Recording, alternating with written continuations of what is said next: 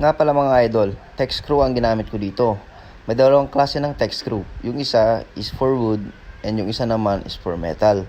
Tapos naglagay na din ako ng umbrella nail para pampatibay kasi may extra akong ganyan eh. So linagay ko na lang din. At dito naman sa part na yan mga idol, maglalagay ako ng tool cabinet dyan sa wall. Gagawin ko yan soon. Yan lang muna sa ngayon mga idol. Salamat.